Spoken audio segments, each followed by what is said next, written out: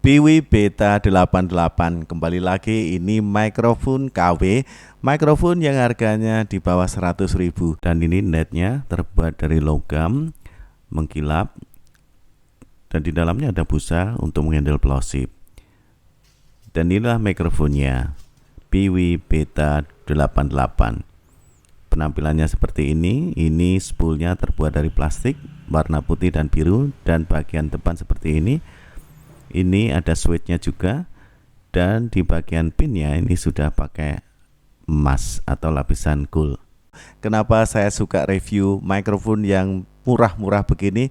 Pertama ya karena harga murah, yang kedua ternyata tidak buruk-buruk amat kalau kita pakai mikrofon yang harga murah. Meski murah, kalian juga dapat kabelnya sekitar 5 meter dan juga mikrofonnya. Dan kali ini sudah saya gunakan Altron U48 untuk mikrofonnya dengan gain di jam 15.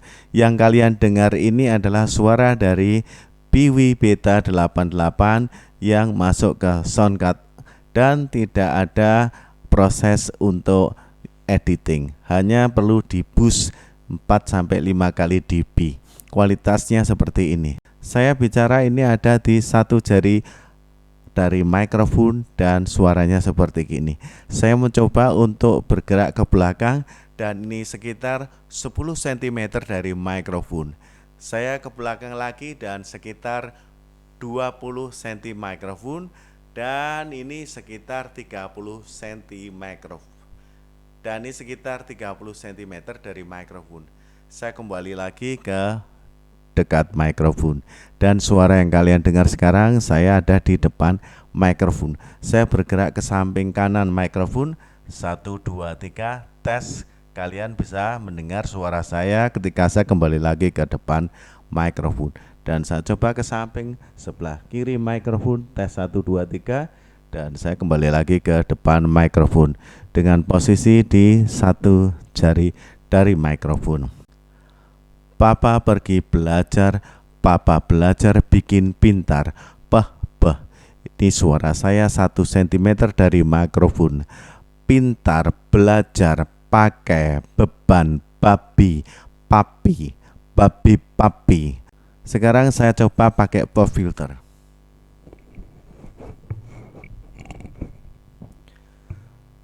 Papa pergi belajar bikin pintar, papi, babi, bah. Tentu kalau sudah memakai pop filter, plosifnya akan terkurangi dan tidak terasa sama sekali. Papa pergi belajar. Tes 1, 2, 3. Saya menempel di bibir ini untuk mikrofonnya dan sudah pakai busa. Cek 1, 2, 3. Saya bicara di depan mikrofon. Halo, hai, cek 1, 2, 3. Mikrofon sudah ada di tangan dan saya coba pindahkan dari tangan satu ke tangan yang satunya. Apakah terdengar perpindahan ini dan yang kalian dengar ini agak mengganggu atau tidak? Dan saya akan mencoba untuk mengetuk bagian mikrofon ini. Apakah suaranya ini cukup mengganggu? Masih kita dengarkan suaranya. Nah, ini mikrofon switch karena akan terdengar jika kita hidupkan dan matikan. Saya coba untuk switch on off-nya, bisa terdengar tidak? Apakah suaranya cukup mengganggu?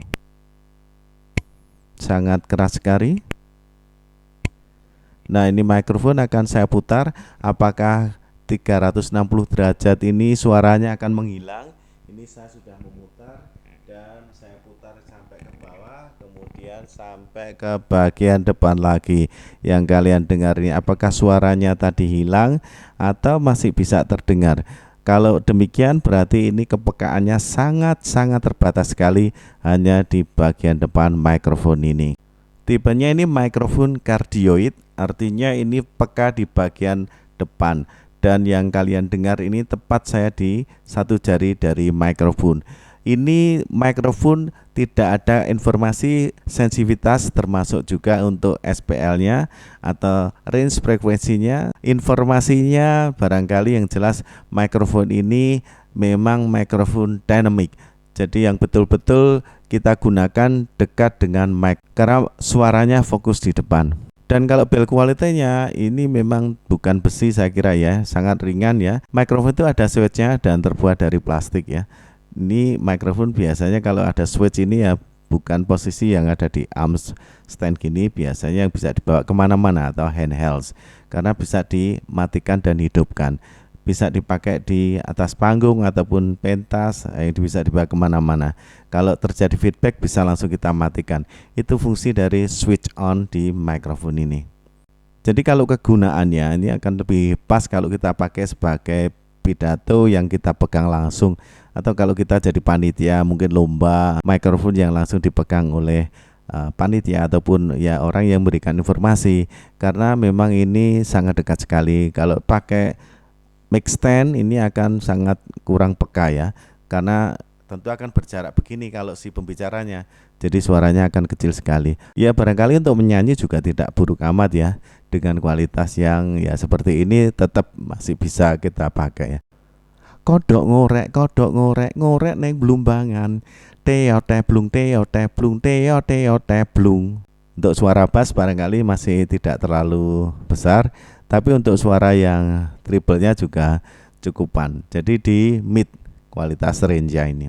Untuk kualitas vokal dan konsonan paling tidak masih bisa kita dengar dengan jelas. Hanya ini sedikit ya, mungkin kalau untuk yang suara rendah akan sangat terpendam, tidak bisa dengan jelas ya, atau dengan menghadirkan kualitas bass yang baik. Untuk urusan plosip ya masih mending ya, tapi bagaimana juga yang kualitas seperti ini memang harus butuh pop filter ataupun semacam ya busa untuk menghindari plosip. SPL-nya saya kira tetap pecah ya, tidak bisa kita harapkan sangat besar karena suara yang keras akan membuat ini suara ini pecah, karena ke bawah pun bass tidak mengatasi apalagi ke atas, jadi akan cenderung pecah. Secara keseluruhan di bawah 100.000 lumayan ini. Kira-kira seperti itu untuk review dari Piwi Beta 88 ya. Semoga ini memberikan manfaat atau informasi yang berguna bagi kalian yang ingin membeli mikrofon di bawah 100.000 ini. Dan terima kasih, salam seger waras, bye bye. Ya, lumayan juga ya. Pop, pop, pop. 1, 2, 3. Ya lumayan juga ini mikrofon. Wow, wow, wow, wow, wow. Ya paling tidak bisa senyum dengan mikrofon ini. Senyum lebar.